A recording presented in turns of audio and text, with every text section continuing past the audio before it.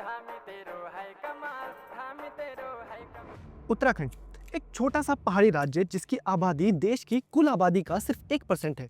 वहाँ की सरकार ने पिछले 5 साल में 1001 करोड़ रुपए खर्च कर दिए हैं विज्ञापनों पर। अखबारों में फुल पेज, टीवी पर बार बार वही चेहरा और हर जगह हमने ये किया, हमने वो किया दिखाने में हर दिन लगभग 55 लाख रुपए खर्च कर रही है सरकार। और इन विशालकाय पैसों का दुरुपयोग शुरू होता है पुष्कर सिंह धामी के मुख्यमंत्री बनने के बाद। 2020 और 21 में त्रिवेंद्र सिंह रावत मुख्यमंत्री थे और उनकी सरकार ने 77 करोड़ विज्ञापनों पर खर्च किया। लेकिन 2021-22 में जैसे ही पुष्कर सिंह धामी मुख्यमंत्री बनते हैं, ये बजट 4 गुना हो जाता है। 2021-22 में 227 करोड़, 22-23 में 226 करोड़ और 2025 में अब तक 290 करोड़। ये विज्ञापनों की होड़ में जो 1001 करोड़ रुपए की बंदरबाट हुई है, उसमें 402 करोड़ मिले हैं टीवी चैनल्स को। नेशनल न्यूज चैनल जैसे न्यूज 18, आज तक, टाइम्स नाउ, एनडीटीवी पर विज्ञापन दिखाए गए और अकेले एबीपी न्यूज को 17 करोड़ का विज्ञापन दिया गया। सिर्फ बड़े बड़े न्यूज चैनल ही नहीं, छोटे छोटे और गैर स्थानीय चैनलों को भी पैसे बांटे गए। नेटवर्क 10 को 13.59 करोड़, साधना प्लस को 10.58 करोड़, टीवी 100 को 9.78 करोड़, नेपाल, उड़ीसा, असम और नागालैंड के चैनलों को भी 1-1 करोड़ रुपए से ज्यादा दिए गए,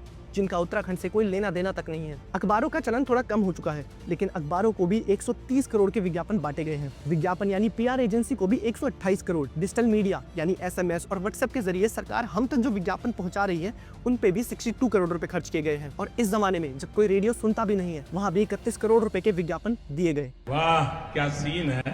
प्रचार करना गलत नहीं है, लेकिन सवाल ये है कि क्या ये प्रचार, विज्ञापन सरकार और मुख्यमंत्री की छवि सुधारने के अलावा क्या उत्तराखंड के रीति रिवाज, धरोहर और परंपराओं का भी प्रचार कर रही है? अगर इन विज्ञापनों में उत्तराखंड की संस्कृति और धरोहर को बढ़ाने की बात होती तो बात कुछ और होती। चलिए मान लेते हैं उत्तराखंड सरकार ने बहुत अच्छा काम किया, लेकिन जब आप अच्छा काम करते हैं तो उसके प्रचार और प्रसार की जरूरत पड़ती है। और अगर प्रचार प्रसार की जरूरत भी पड़ती है तो ये नेपाल, नागालैंड, असम, मिजोरम, इन राज्यों में उत्तराखंड सरकार के विज्ञापनों को चलाने की क्या जरूरत है? अब सरकार है, जनता के टैक्स का पैसा है, तो इन सब में गोलमोल और बंदरबाट जरूर हुई होगी, तो उसको भी थोड़ा जान लेते हैं। लेकिन आगे बढ़ने से पहले अगर आपको वीडियो अच्छा लग रहा है तो इसे लाइक और शेयर जरूर करें और ऐसे ही उत्तराखंड से जुड़ी हुई कहानियों के लिए इस चैनल को सब्सक्राइब जरूर कर लें।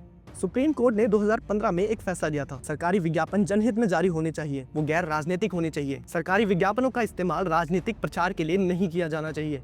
और 2021 तक उत्तराखंड में ये सब सही चल रहा था। धामी जी के आने से पहले विज्ञापन देने की प्रक्रिया मनमानी नहीं थी। किसे विज्ञापन दिया जाए, विज्ञापनों को कैसे चुना जाए, विज्ञापन कहाँ कहाँ दिखाए जाएंगे और कौन कौन इन विज्ञापनों को दिखाएगा, यह सब एक नियम के तहत हुआ करता था। प्रतिष्ठित चैनलों को ही विज्ञापन दिए जाते थे जो दिन में 18-18 घंटे तक कवरेज करते थे। लेकिन धामी जी ने जैसे ही मुख्यमंत्री का पद संभाला, सरकार ने विज्ञापनों के नियमों को ही पलट दिया। आज कोई भी चैनल जो 1 साल पुराना हो और टीवी पर आता हो, उसे विज्ञापन मिल रहे हैं, चाहे कोई देखे या ना देखे। असल में अगर आप या मैं भी आज चैनल खोल ले या कोई अखबार खोल ले, तो बिना मेहनत और सफलता के हम भी सरकार की विज्ञापन वाली स्कीम का लुत्फ उठा सकते हैं। जैसे ये है साधना प्लस चैनल, जिसे उत्तराखंड की सरकार ने 9 करोड़ रुपए के विज्ञापन दिए हैं।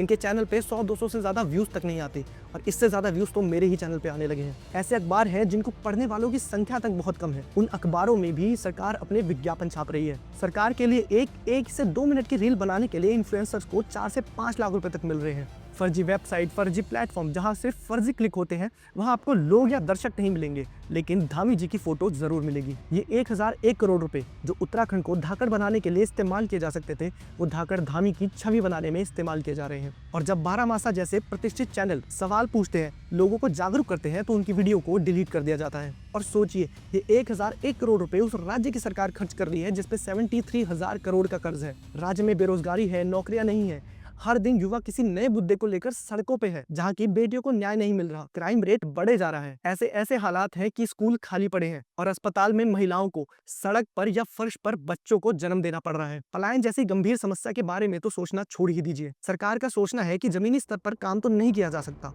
तो चलो विज्ञापनों में यही दिखा देते हैं कि सब अच्छा है, सब चंगासी, और इसी चीज का प्रचार कर देते हैं। राज्य बीमार जरूर है, लेकिन विज्ञापन 1000 है। सवाल ये नहीं है कि पैसा कहाँ गया, लेकिन सवाल ये है कि इससे जनता को क्या मिला। इन 1001 करोड़ रुपए से राज्य के लिए क्या क्या नहीं हो सकता था। 500 सरकारी स्कूल पूरे तरीके से मॉडर्न बनाए जा सकते थे, अस्पताल तैयार किए जा सकते थे, स्थानीय रोजगार कार्यक्रम शुरू किए जा सकते थे, लेकिन ये पैसा चला गया विज्ञापनों में, जो ना जनता की आवाज़ है, बस सरकार की छवि सुधारने का एक सस्ता सा माध्यम है। अब उत्तराखंड की मासूम जनता को थोड़ा तो सोचना चाहिए, क्योंकि जनता का पैसा विकास के लिए होना चाहिए, ना कि विज्ञापनों के लिए। लोगों को इस पूरी बात पर गुस्सा होना चाहिए, लेकिन कुछ लोग ऐसे भी होंगे जो इस पूरे प्रकरण, इस पूरे 1001 करोड़ के खर्च को सही बता देंगे। क्योंकि कुछ लोगों के लिए पहाड़, राज्य और हमारी विरासत जरूरी नहीं है, उनके लिए जरूरी है किसी पार्टी के प्रति वफादारी। आप अपनी सोच नीचे कमेंट में जरूर मुझे बताएं, और हाँ, इस वीडियो को और भी लोगों तक शेयर करें।